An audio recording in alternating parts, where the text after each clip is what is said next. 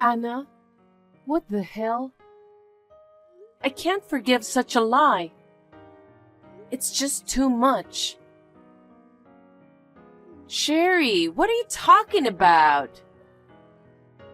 Why do you always lie to Mom and Dad? Lie? About what? You told them it was my fault that you got sick and had to rush you to the hospital. You said I made you eat expired crepe. When did I ever give you crepe? You gave me some like a week ago. That wasn't even expired. I found some at the store and I bought one for you. You even said they were delicious. It was freshly made. If that's the case, why did it make my stomach feel funny? I had such severe diarrhea that I had to get an IV at the hospital. It's not my fault. Not even the desserts. We both ate the same thing. You shouldn't be the only one getting sick if it was bad. Why do you always lie to Mom and Dad, huh? What? I'm not lying. I always get scolded because of what you say. Just like today. They kicked me out because they thought I was being mean to you. What? They finally kicked you out? That's so funny. That's good, right? What? Well, I'm beautiful, smart, and talented. And you're just ugly. Nothing works out for you because you're ugly. I was born with this face, so there's nothing I can do about it. Complain to Mom and Dad about it. That's such a mean thing to say to them. I want them to be happy. I need to get rid of the source of stress to make that happen. What do you mean by that? Do I really have to say it? It's you. You're their headache. That's terrible. Since we were kids, you've always been showered with affection. I've always been treated badly. That's because you're ugly. It would be fine if you were just ugly, but you can't even study. You're dull. And you have no talent. There's nothing good about you. It's hard for them to love someone like you. You're just pretty, Anna. You're no different than me. Huh? Don't be silly. Mom and Dad love me. They don't care about you. They kicked you out because they only need me. Mom and Dad only believe everything you said. I've been through so much because of that. Even this time, there's no way I would give you expired food. No matter how much I explain, they just won't believe me. Of course they'll believe what I say. I'm pretty and reliable. I don't even want to think I'm related to someone like you. Whatever. I'm moving out. Good idea. I'll cut ties with all of you. I don't care what happens to you all. Stay out of my life. Sounds good to me. Nobody wants to get involved with you.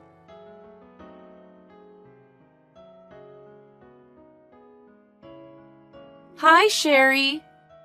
How are you doing? What do you want from me? Oh, you're so cold. That's no way to talk to your own sister. I don't have a sister. I lost my family 10 years ago. And you even took away my husband and daughter from me. There's no way a thief like you could be my sister. Don't be ridiculous. Isn't that a misunderstanding? Huh? I didn't take your husband and daughter from you. They chose me over you. I don't blame them though. I mean, Look at you! Still ugly! You were being sneaky. You planned everything. I mean, it's you, so I'm not even surprised. Okay, even if I made the move, if he truly loved you, he wouldn't have divorced you. You were lacking a lot of things. That's why he divorced you. Yeah, 'cause I'm ugly, right? Oh, are you trying to brush it off? I'm just disgusted by your sneaky tactics. What's that about? I was so happy to have a lovely, beautiful daughter, only to find out you were her mother. I got fed up with Tim, having an affair with you and even getting you pregnant. I have no regrets divorcing him. Hey, you're my sister. You need to act tough. Well, let's face it. Not many guys can resist a beauty like this, right? I bet even Tim couldn't. How much more do you want to take from me until you're satisfied? Are you talking about the house too? Thanks to Tim working in real estate, you have a lovely home. Both your husband and that luxurious house are all mine. Just, wow. Do you feel better now? I don't want anything to do with you. Just looking at your name popping up on my phone makes me feel sick. I will never forgive you for the rest of my life. Oh, wait a minute. I heard that you own a bakery. That's none of your business. You don't have to be so cold. You've been so greedy ever since you were little. Why does that even matter? So, you turned your gluttony into a job. Classic move for someone who can't do anything else. I love this job, but I had no choice but to choose it because of you. Why? When our parents abandoned me and kicked me out 10 years ago, I was lost. I didn't have any skills to rely on, and I didn't know how I was going to survive. So I decided to become an apprentice pastry chef. It was tough at first, but the more I did it, the more I realized how rewarding it could be. So, it's just right for someone with your appetite. I started joining contests and competing, and I finally won. What? That's really impressive, even for you. It was a miracle, wasn't it?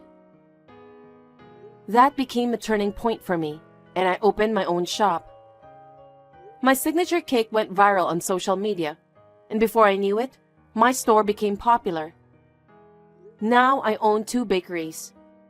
With the addition of talented pastry chefs, I'm now more involved in management. I've been really putting in the effort to study management. Oh, so that's why you have an office. What? Yeah, you're renting the office through Tim's company, right? What about it? Tim doesn't want to have anything to do with you anymore. So he said he's going to cancel the lease.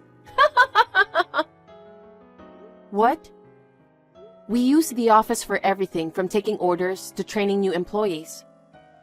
It's going to be a problem if the lease is suddenly canceled. It's not like we can just find another spot like a regular house, you know? It's affecting the lives of our employees too. I know! Losing the company's office could be a real blow to the shop, huh? Are you trying to take something that's important to me again?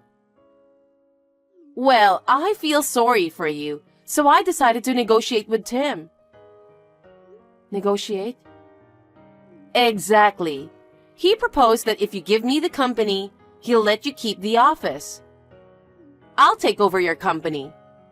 That way, the employees' lives won't change either, right? With no office, some of them might end up wandering the streets, you know? I'll take care of the employees' lives as my side job. What an awful person you are. You just keep taking everything I care about one after another. And now, you're even trying to make things difficult for my valued colleagues. Unforgivable. Oh, yeah.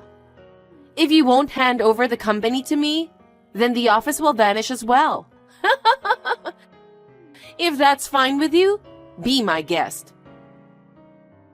You're unbelievable. You're really a piece of shit. No, I'm not. I am a beautiful married woman and mother.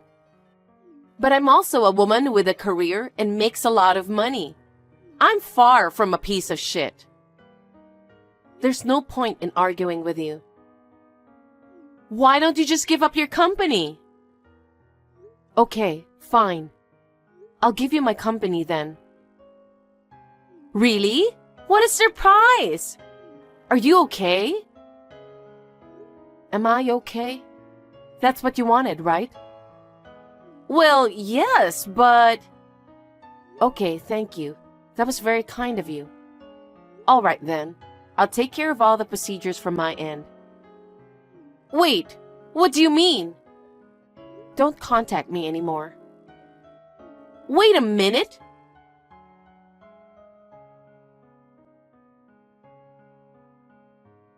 Sherry, what the hell? I know you see my messages. Answer me. What is it? What is it? Seriously? What's wrong with this office? The toilet is leaking, and there's water leaking from the kitchen sink too. I'm constantly cleaning up every day. That building was pretty old. I believe it's mentioned in the contract that repairs are at your own expense. I was actually stressing about how to cover the repair costs. So it's a huge relief that you're taking it off my hands. What the hell? You never mentioned that. I gave up the company like you asked me to. You shouldn't be complaining. You knew about it the whole time and never mentioned anything? You're such a scam. You're the one who took my company away from me. If you want to complain, why don't you talk to Tim's company? I don't have anything to do with that place anymore. Huh? And on top of that, as soon as I took over, employees started quitting one after another. What's going on? Are you behind this? That's rude. I'm busy running my new bakery shop. I don't have time doing sneaky things like you. Get over yourself. A new bakery? I haven't heard anything about that. Actually, I figured you'd try to give me a hard time. So I took steps ahead of time. Gotta be one step ahead, right? Huh? On the day I left the office, I gathered the employees and told them everything. Even though we'll be working in different shops, I asked them to continue treating me the same as before. You told them that? Of course I did. Clearly explaining reasons as a professional is extremely important. So why did the employees quit? They said that if I was going to open a new shop, they wanted to work there. They wanted to support me and work with me. Huh? That sounds like poaching, doesn't it? No, it's not. Why not? Did you ever revamp the employment contracts and workplace policies after taking over? Huh? What's that? In simple terms, it's a set of rules for working. Many companies include non-compete clauses, which prevent employees from working for competing companies or engaging in side jobs for competitors. Huh. But I didn't include a non-compete clause. I believe that the right to choose where to work belongs to the worker. And if they choose something better, they should be allowed to do so. If you haven't revised the employment contracts and workplace policies, then There's no non-compete clause, so it's the individual's freedom to move to a competitor. So it's not poaching, and it's not illegal. I didn't know about that. Why didn't you tell me? What? I assumed you knew about it since you made the decision to become the president yourself. And I wouldn't know about the contracts made after you became president. Thanks to you, I'm the only employee in my company. What are you going to do? I could care less. Also, the contract terms for pastry chefs were the same. So, they're doing great at my new shop. If you're thinking of becoming the company president, you should study more. You can't just become a president without knowing anything. It doesn't work that way. You're so cocky, aren't you? Listen, I studied hard after you took everything away from me. I had to survive on my own. I'm not like you, just relying on looks to take everything. No way! Hey, why don't you study hard and try to rebuild that company yourself? I don't have anything else to say. Bye.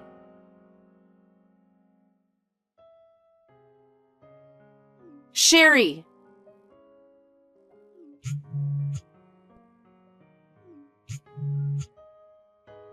Please pick up the phone. Sherry! What do you want? I have a busy schedule today. What did you say to my boss? Huh? He said he heard about me taking over my sister's company. I mean, you did though. And then he told me something else. He said the company doesn't allow employees to have a second job. I violated the rules, so he said I can't work for him anymore. Okay. I got fired. This is your fault. How is that my fault? You violated the rules, right? Nobody at the company was supposed to know. So how did my boss find out? You snitched on me, didn't you? How do you know my boss? Your company has been a business partner of mine for a while. What? He really loved my cakes. He asked if we could supply cakes to one of his hotels. Actually, we've been doing business for about 5 years now. Huh? It turns out, I'm the same age as the boss's daughter. So he was really fond of me. He took care of me as his own. Eventually, we started talking about all sorts of things, and I've been relying on him for advice. When I decided to start a new company this time, he was the first person I talked to. I knew it was you. Your boss said he couldn't tolerate having such a narrow-minded employee in his company. He said that kind of thinking could mess with other employees. So he had to take action. I didn't ask for anything to be done to you. Just goes to show how out of line you've been. Anyway, got a meeting now, so catch you later. Sherry, wait a minute! I lost my job, and the side business I was planning to rely on closed down too. I still have a mortgage to pay off. What should I do? Huh? I don't know. Even though you took everything from me, I managed to climb back up on my own. Why don't you try to do the same and work your way back up? I don't know if I can do that. I don't even know where to start. What am I supposed to tell Tim? Maybe tell him everything and be honest. If you're trying to keep the company, why don't you ask him to repair the office? Maybe Tim didn't check the contract either. You two are just like-minded. Don't be silly. I'm in serious trouble. You're the one who's being silly. How many times have you caused me trouble? You took everything from me and pushed me to rock bottom. Do you really think I'd do something for someone like you? You've got to be kidding me. I'm sorry. I'm sorry for everything I've done. So, would you please convince my boss? Why should I do that? You're close to him, right? He cares for you like his own daughter. I think he'll reconsider everything if you talk to him. So, why would I do that for you? That is none of my business. Besides, you violated the contract, so face the consequences. Learn the rules of society properly. Don't say that! You've been spoiled by our parents since we were kids. Whenever you do something bad, they'd blame me and laugh it off. And then you took everything I had, everything I wanted. I told you I'm sorry for everything, right? You took away everything from me.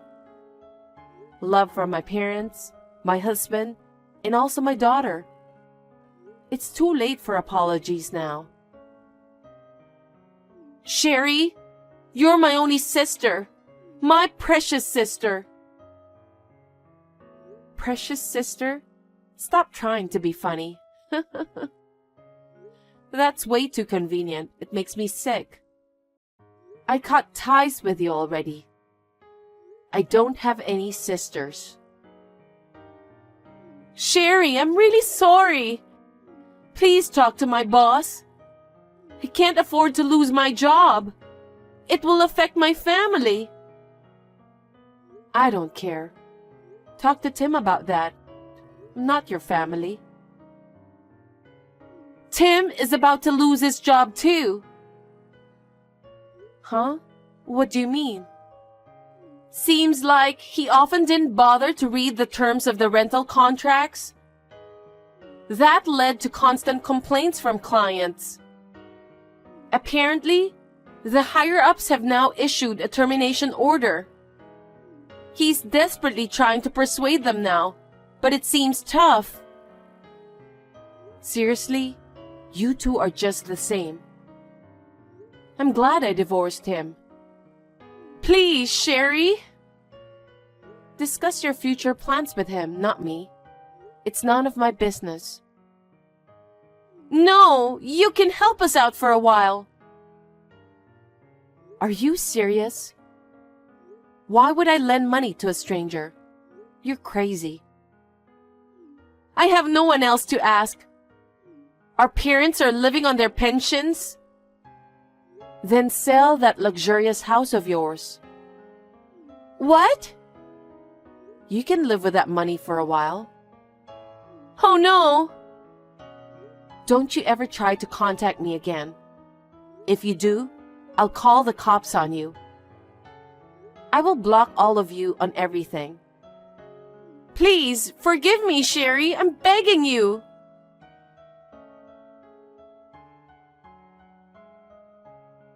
Anna and Tim lost their jobs.